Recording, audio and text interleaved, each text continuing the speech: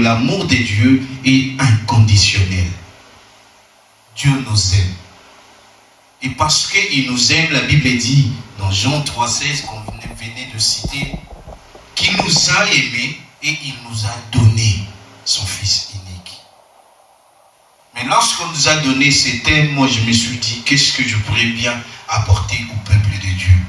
Le dimanche passé, on nous a parlé de l'immense amour de Dieu, de comment Dieu nous aime, de comment Dieu nous supporte, de comment Dieu est capable, prompt à agir dans nos vies, de comment Dieu est capable d'intervenir, de changer la situation, de changer le cours de choses pour nous faire du bien. On nous a parlé de l'amour de Dieu envers l'homme. On nous a montré comment Dieu supporte nos bêtises, comment Dieu pardonne nos péchés, comment Dieu est patient avec nous. On nous a parlé de beaucoup de choses, de l'amour de Dieu. Mais nous savons tous, dans une relation, pour que la relation soit parfaite, cet amour que les deux personnes partagent doit être réciproque. C'est là où je me suis posé la question. Dieu m'aime, mais comment moi je peux aussi aimer Dieu? Amen. Nous sommes dans le livre de 1 Jean, chapitre 3, 18. Petit enfant, n'aimons pas simplement en parole, et avec notre langue, mais en action et avec... mais par contre, il faut aimer en action et en vérité. Que Dieu te bénisse. Amen. Ça, c'est notre verset principal. Lorsque je réfléchissais, je me suis dit comment je peux bien aimer Dieu. Dans une relation, il doit avoir la réciprocité. Dieu m'aime, Dieu est capable. Vous savez que nous, on dort. Écoutez, la Bible dit Dieu nous a créés à son image et à sa ressemblance. Amen. Dieu nous a créés tel qu'il est. La seule créature que Dieu a créée, qu'il n'a pas créée avec la parole, c'est l'homme. Au commencement, quand Dieu créait tout, il a tout créé avec la parole, sauf l'homme. L'homme a été forgé avec le main de Dieu. Non simplement ça s'arrête là, Dieu a fait encore une très grande différence, que lorsqu'il a créé l'homme, il a donné quelque chose de particulier, c'est qui est la parole. Toute créature qui existe sur cette terre n'a pas la parole. C'est-à-dire Dieu nous a créés tel qu'il est, parce qu'il a dit créons l'homme à notre ressemblance. C'est-à-dire tu es l'image, tu es Dieu. C'est pour cela la Bible dit petit enfant, ne savez-vous pas que vous êtes des dieux? C'est pour cela que deux fois j'ai dit, et je répète à mes frères, je répète à mes sœurs, deux fois Dieu est étonné de vous voir plairer devant des situations, et pourtant vous avez de facultés, de possibilités de changer les choses. Et un jour Dieu demande à l'homme, as-tu commandé à l'aurore? C'est que Dieu a donné à l'homme la possibilité de commander les choses. Même lorsque Dieu a fini la création, il a remis la clé, le pouvoir à l'homme. Il a dit, va et dirige, va et domine, va et possède. C'est pourquoi deux fois quand tu pries et tu demandes certaines choses, Dieu est étonné. Il ne comprend pas, mais il dit, il a ça. Amen. Est-ce qu'on s'est fait comprendre? Comment moi je peux aimer Dieu? Parce que Dieu m'aime. Dieu est... Moi je dors, mais Dieu ne dort. La Bible dit, il ne sommeille ni ne dort. C'est-à-dire, il s'est privé de sommeil à cause de toi. Pour veiller sur toi. C'est pourquoi tu es la prunelle de son œil. Personne ici ne peut jouer avec ses yeux. Personne. Parce que les yeux nous permettent de voir. Les yeux te permettent de constater beaucoup de choses. Et voilà pourquoi on peut jouer avec tous les organes de notre corps, mais sauf avec nos yeux. Dieu qui t'aime, Dieu qui nous aime, il nous aime, mais il attend quelque chose en retour aussi de nous. Mais qu'est-ce que Dieu attend de nous? Romains chapitre 12, verset 11. Dieu attend de toi de le servir.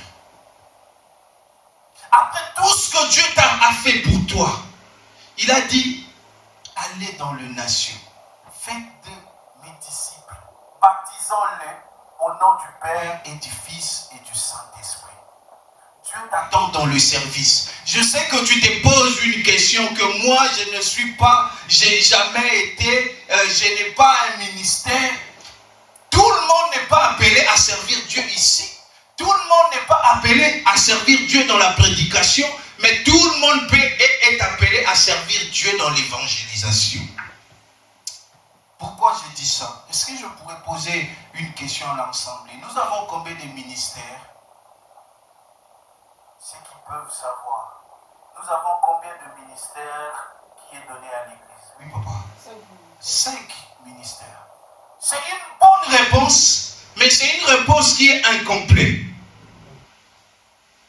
Nous avons le ministère apostolique, prophétique, doctoral, pastoral et évangélique. Mais on oublie un ministère particulier que Dieu a donné à tout le monde. Tout le monde ne peut pas posséder ces 5 ministères.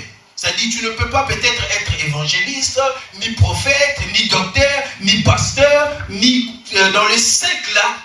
Tout le monde n'est pas appelé de l'avoir. Mais le ministère à laquelle j'ai dit que beaucoup négligent, tout le monde est appelé. Et là, si tu veux le voir, c'est dans 2 Corinthiens chapitre 5, 18, 20. La Bible dit que il a fait de tous un royaume de sacrificateurs et il nous a donné les ministères de la réconciliation. Si tu es là, si tu es ce que tu es, tu as un ministère de la réconciliation. C'est-à-dire le ministère de la réconciliation, tu ne dois pas attendre monter ici. Partout où tu es, tu peux parler de Jésus-Christ. C'est ça le ministère de la réconciliation. Le Christ est venu, Jésus-Christ est venu afin de nous réconcilier. Parce que nous avons été éloignés, nous avons été séparés de l'amour du Père. Et le Christ, lorsqu'il est venu, il nous a réconciliés et il t'a donné la clé de cette réconciliation afin que toi aussi, que tu ailles dans le service pour réconcilier les gens avec Dieu. Tu n'es pas obligé de prêcher sur cette chair. Tu n'es pas obligé de prêcher quelque part. Mais tu peux faire tout autour de toi. Le service que nous faisons pour Dieu est une preuve d'amour que nous aimons aussi Dieu. Vous savez pourquoi les femmes préparent pour nous les hommes? C'est parce qu'ils nous aiment. Et parce que ta femme prépare pour toi. Et si c'est une bonne cuisinière, je sais, lorsque tu manges les mets qui te sert et que c'est succulent, c'est délicieux, tu ne vas pas hésiter en retour de lui donner quoi? Des cadeaux. C'est de la même façon. Lorsque toi tu es dans le service de Dieu et que tu es en train de servir Dieu, la Bible dit tout celui qui sert Dieu doit s'attendre à une récompense. Que le service que tu fais pour Dieu n'est pas le service, n'est pas un service qui est vain. Mon frère, tu peux dire, ma soeur, tu peux dire que moi je ne suis pas appelé. Non, c'est faux. Nous sommes tous appelés dans le ministère de la réconciliation. Un jour de ta vie, tu dois parler de Jésus. Un jour de ta vie, tu dois parler de Jésus. Parle de Jésus. Tu peux servir Dieu aussi dans l'église. Nous avons différents départements. Nous sommes une église qui vient de commencer. Nous avons besoin des bras. Nous avons besoin des fous. Dieu a besoin de fous. Parce que sans fous, on ne peut pas conquérir Dijon. Sans vous, on ne peut pas conquérir la France. Et sans vous, on ne peut pas conquérir le monde. Tu es peut-être blessé. Tu es peut-être désespéré. Tu es en train peut-être de voir ce qui se passe dans des nations. Ce que les hommes de Dieu sont en train de faire. Ça t'énerve, ça te dégoûte. Mais tu peux t'élever toi et servir Dieu. Tu peux, toi, aujourd'hui, prouver à Dieu, Dieu non, assez. Ces hommes sont en train d'abuser. Moi, je vais me lever, je vais te montrer. Parce que je t'aime, je vais te servir. Parce que je t'aime, je vais aller dehors. Je vais parler de toi. Je vais parler de ton amour. Voilà pourquoi dans Luc 4, 18, il a dit, allez annoncer une année de grâce, une année d'amour. Là où les aveugles vont voir, les boiteux vont marcher, les sourds vont écouter, les muets parler, les malades guéris, les captifs vont retrouver la liberté. C'est ce message que tu dois apporter. On n'apporte pas un message où on doit effrayer les gens. Nous, on apporte un message de grâce où te dit Dieu t'aime. Parce que Dieu t'aime, tu dois le montrer aussi que tu l'aimes. Va et sers-lui. Moïse est allé se présenter devant Pharaon. Pendant que Pharaon était intercessant, il a dit, laisse mon peuple sortir. Parce que nous avons une mission, nous devons servir notre Dieu. Laisse-nous aller servir notre Dieu. Nous cherchons des gens pour la sonorisation. Nous cherchons les gens pour chanter. Nous cherchons les gens pour faire le protocole. Nous cherchons les gens pour faire la modération. Nous cherchons les gens dans l'évangélisation. Nous cherchons les gens dans l'intercession. Et toi, tu es un fruit de Dieu. Tu n'es pas un fruit d'hasard. La Bible dit tout ce qui se passe dans notre vie, cela a été prédestiné. Cela a été appelé et même justifié. Rien ne peut arriver dans ta vie sans que Dieu soit en auteur. Mais pendant que j'étais une fois en train de passer des moments difficiles, je me suis dit, Seigneur, pourquoi permets-tu ces choses? Pourquoi, Seigneur, tu permets ces choses? J'ai passé vraiment des moments très très difficiles. Et vous savez, quand vous passez des moments très très difficiles dans ces pays, il n'y a personne. Hein? On peut vous parler comme on veut. Si ce n'est pas simplement Dieu qui intervient, peu importe les phrases qu'on peut composer pour vous, c'est pas facile. J'ai prié, j'ai écouté, mais ce n'était pas facile au-dedans de mon cœur. Je me suis dit, Seigneur, pourquoi tu permets ces choses? Et une pensée qui est montée. Dieu dit, tu ne sais pas que l'homme, vous les hommes, vous avez la possibilité de négocier avec moi. L'homme a la possibilité de négocier avec Dieu. La Bible dit que voici les projets que j'ai formés pour vous. Les projets de bonheur et non de malheur. Mais il peut arriver dans ta vie des interventions externes qui viennent dans ta vie à cause de ta famille, à cause de ta belle famille, à cause des amis, à cause du lieu où tu habites, à cause de tes péchés ou à cause d'autres choses qui viennent intervenir dans ta destinée et qui font que ta destinée est arrêtée, ta destinée est bloquée, ta destinée est effacée, ta destinée t'a été ravie. Mais tu peux négocier avec Dieu. Parce que c'est lui le metteur en scène. C'est lui qui connaît bien ta destinée. Je me suis dit, Seigneur, il faut qu'on négocie. Et quand tu négocies, la négociation, c'est fait quoi? Donnant, donnant. J'ai dit, Seigneur, si tu me donnes ceci, je vais te servir. Donne-moi ceci, je vais te servir. À l'époque, je crois, j'étais comme la plupart. J'avais pas de papier, j'avais perdu déjà. J'avais de papiers, mais je les avais perdus. J'ai dit, Seigneur, si simplement tu me donnais même une carte d'une année de vie privée et familiale, je vais te servir. J'ai négocié avec Dieu. J'ai dit, je vais te servir. Peu importe la situation. Vous pouvez demander au serviteur Boaz, il va vous dire, à l'époque, j'étais à Dole. Je faisais tous les dimanches la route. Non simplement je faisais la route, mais je venais encore récupérer les gens. J'ai dit, peu importe les sacrifices que je dois faire, je vais les faire. Mais si simplement tu me donnes ça. Et Dieu qui m'aime, Dieu qui me connaît ma destinée, ne m'a pas donné ce que j'ai demandé. il m'a donné au-delà de ce que j'avais demandé. Non, je n'ai pas pris une carte de vie privée familiale de 1 année, mais j'ai eu la nationalité. C'est parce que j'ai dit, Seigneur, je vais te servir. Lorsque Dieu trouve son intérêt, il ouvre des portes. Et Dieu a des intérêts dans ta vie.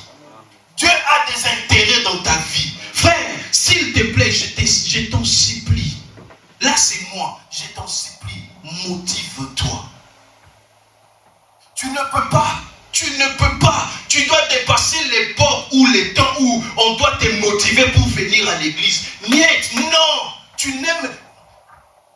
Je me souviens à l'époque quand on était encore au bled, tu pouvais venir sur l'avenue de la Vie depuis 16 heures pour les voir peut-être que 10 minutes à 21 heures. Mais tu ne vois que 10 minutes.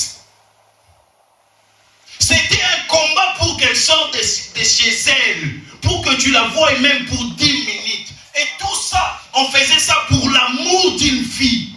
Amen. Qui, aujourd'hui, nous ne sommes même plus avec. Tu imagines?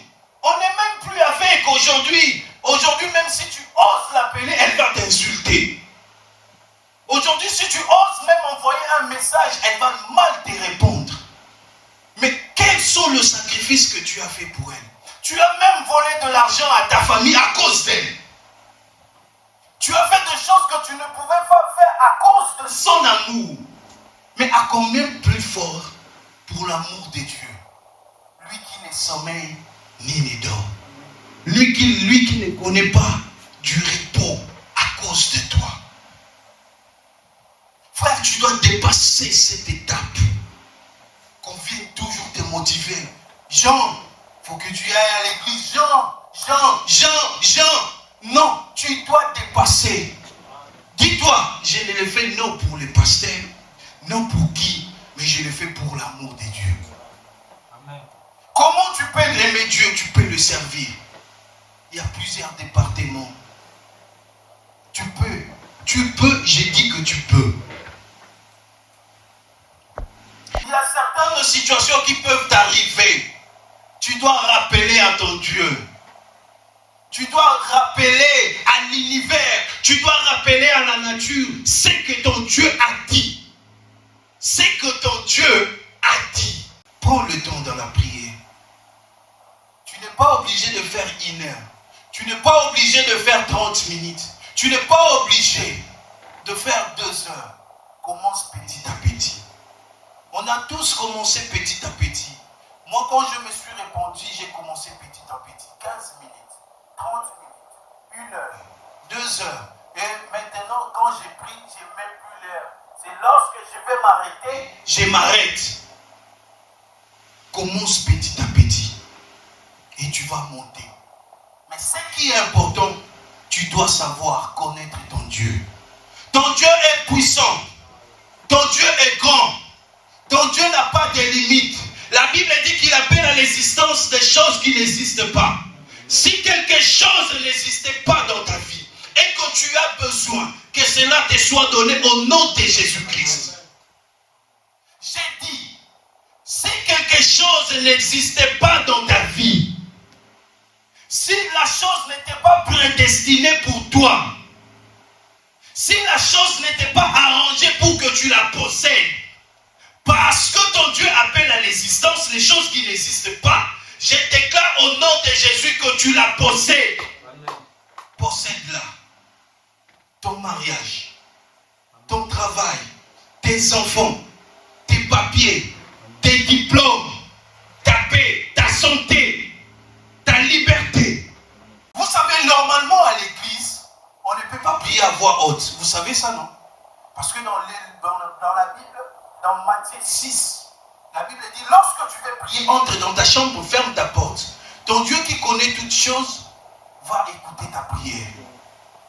Normalement, je dis à l'église, normalement la prière que tu adresses à Dieu, personne ne peut l'écouter. Ça, c'est la logique. Mais pourquoi on prie en voix haute? Parce qu'à l'église, on reçoit des fois des gens qui ne savent pas prier. J'étais en train de prier et elle répétait toute ma prière. Parce qu'elle ne savait pas prier, elle répétait ma prière. C'est pour cela, deux fois à l'église, on prie en voix haute. Parce que tu ne sais pas, quelqu'un aussi peut venir à l'église. Il est démotivé, dépassé par l'événement, dépassé par les situations. Elle n'a pas la force de prier. Il n'a pas la force de prier. Mais lorsqu'il t'attend, toi, dévoué, motivé dans la prière, et ce que tu vas dégager en toi, pousse, amène ou entraîne la personne qui est à côté de toi de prier aussi. Lorsque tu pries bien, tu pousses la personne qui est à côté de toi de prier bien. Comme aujourd'hui. Mon frère, tu étais motivé. Et j'ai vu toute la rangée ici était motivée.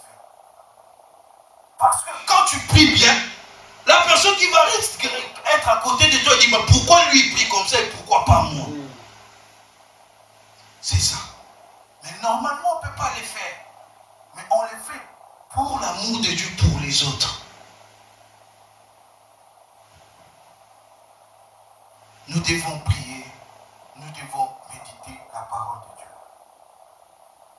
La relation, réciprocité.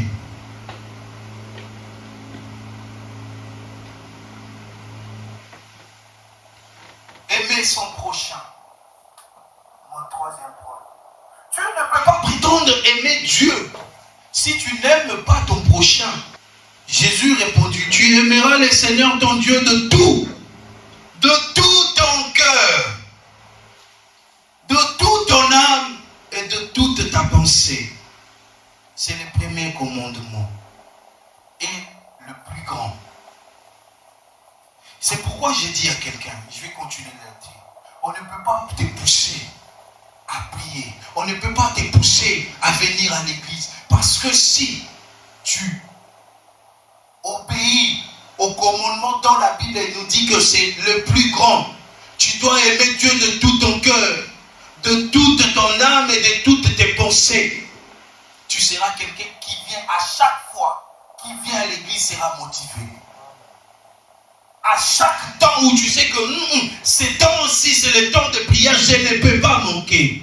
Mon frère, on a le temps pour faire toutes choses. On a le temps, on a 24 heures dans une journée. 24 heures. Et nous, on nous demande que 2 heures dimanche et 1 heure le vendredi en ligne. Nous savons que vous avez des préoccupations. Vendredi de 20h à 21h, 1 heure pour Dieu. Et tu viens dimanche, 2 heures pour Dieu. Papa, 24 heures, tu ne peux pas lever 1 heure. Mais tu es capable de prendre le train, faire 2 heures sur le train, faire 5 heures de route pour aller voir une femme. Mais le Dieu qui te donne le souffle de vie, le Dieu qui te donne la santé, mon frère, on n'est pas souvent reconnaissant parce qu'on ne comprend pas, parce que tu es né en bonne santé. Va voir les gens qui sont nés avec des défauts, qui sont nés avec un cœur qui ne fonctionne pas, qui sont nés avec des reins qui ne fonctionnent pas, qui sont nés estropiés, manchots ou boités ou aveugles. Va leur poser la question. Tu ne te rends pas compte que tu es bien. C'est pourquoi tu ne donnes pas gloire à Dieu. Dormir et se réveiller n'est pas une habitude, c'est une grâce. On emploie souvent cette phrase, mais on ne comprend pas la profondeur qui est cachée dedans. On ne comprend pas. Mon frère, quand tu vas sur ta couche et que tu dors, tu te réveilles le matin, tu dis, c'est normal. C'est pas normal. C'est une grâce. Combien sont dans les montagnes qui prient Dieu jour et nuit pour juste avoir du pain, le pain que toi tu jettes. Parce que tu ne te rends pas compte, parce que tu n'es pas passé par là. Combien sont affamés? À l'église, on ne vient pas pour turlupiner les autres. À l'église, on ne vient pas pour calomnier. On ne vient pas pour faire le Congo ça. Je préfère que lorsque tu constates que ton frère qui s'habille mal, à la place que tu puisses l'insulter, à la place que tu dises à l'autre frère, regarde ce frère qui ne sait pas s'habiller, prends ton frère, amène-lui quelque part, achète-lui quelque chose, donne-lui. L'église, on n'est pas là pour faire du Congo ça, on n'est pas là pour calomnier. Non. Frère, tu constates que ton frère n'a pas mangé, à la place que tu le calomnies, à la place que tu critiques, prends ton frère, invite-lui à manger. Si tu ne vas pas l'inviter chez toi, invite-lui au restaurant. On a des fast-food, on a des McDo, on a des KFC. Invite-lui, donne-lui à manger. Tu ne sais pas quel plaisir, quel bonheur tu peux apporter dans la vie de cette personne. Ne soyons pas de ceux qui critiquent, mais soyons de ceux qui compatissent. Et lorsque tu compatis, tu prouves à Dieu que tu l'aimes parce que tu aimes ton prochain. Ne soyons pas prompts à juger parce que tout le monde sera jugé. Mais compatis. Compatis, c'est mieux. Il dit, tu ne peux pas aimer Dieu si tu n'aimes pas ton prochain, si tu n'aimes pas ta femme. Toi, les personnes qui t'intéressent, c'est les femmes du dehors. Non, tu n'aimes pas Dieu. Parce que tu as une femme à la maison, c'est elle que tu es censé aimer. Tu n'aimes pas tes enfants, mais tu aimes les enfants d'une autre personne. Ce n'est pas Dieu. Je ne dis pas qu'il ne faut pas aimer les autres du dehors, mais la charité bien ordonnée commence en soi-même, dans sa maison. Tu ne peux pas simplement, toi, ta femme n'a rien, tu préfères aider les gens de dehors. Non. Aide à la maison et aide dehors. Là, tu es parfait. L'amour du prochain. Qui partage tes peines, c'est pas ta femme. Qui partage tes peines, c'est pas tes enfants. Peu importe nos différences, peu importe les sujets ou les choses qui font que vous puissiez vous engueuler, c'est pas grave, ça arrive. Et quand on aime, on donne. Dieu a tant aimé le monde, il a donné de son Fils unique. Quand on aime, on ne critique pas. C'est pourquoi la Bible dit que l'amour supporte une multitude de défauts. Une multitude de défauts. L'amour supporte. C'est pourquoi ceux qui sont mariés savent de quoi j'ai dit. C'est une multitude de défauts. Si tu n'es pas marié, tu ne vas pas comprendre cela. Seigneur, je suis dans ton service. Seigneur, je dois développer une relation personnelle, intime avec toi. Seigneur, j'aime mon prochain. J'aime mon prochain. Seigneur, je t'aime de tout mon cœur. Aimer Dieu, c'est la quintessence de notre foi. C'est la base de notre relation avec le Créateur de l'univers. Mais comment pouvons-nous aimer Dieu de cette manière? Tout d'abord, aimer Dieu de tout notre cœur, cela signifie que notre amour pour lui doit être sincère et passionné. Nous ne devons pas aimer Dieu seulement lorsque tout va bien, mais aussi lorsque le tempête de la vie se déchaîne. Notre amour pour Dieu doit être inconditionnel comme son amour pour nous. Il doit être le fondement de notre existence. Et deuxièmement, aimer Dieu de toute notre âme, cela signifie que notre amour pour lui doit être profondément enraciné en nous. Il ne doit pas être superficiel ou occasionnel. Nous devons rechercher une connexion spirituelle profonde avec lui. Méditant sur sa parole, priant constamment, rechercher sa présence dans chaque aspect de notre vie. Troisièmement, aimons Dieu de toute notre pensée. Cela implique d'engager notre intellect dans notre relation avec Dieu. Nous devons étudier sa parole, méditer sur ses enseignements et chercher à comprendre sa volonté pour notre vie. L'amour pour Dieu ne se limite pas aux émotions. Il s'agit aussi de la compréhension et de la connaissance de qui il est. Enfin, aimons Dieu de toute notre force.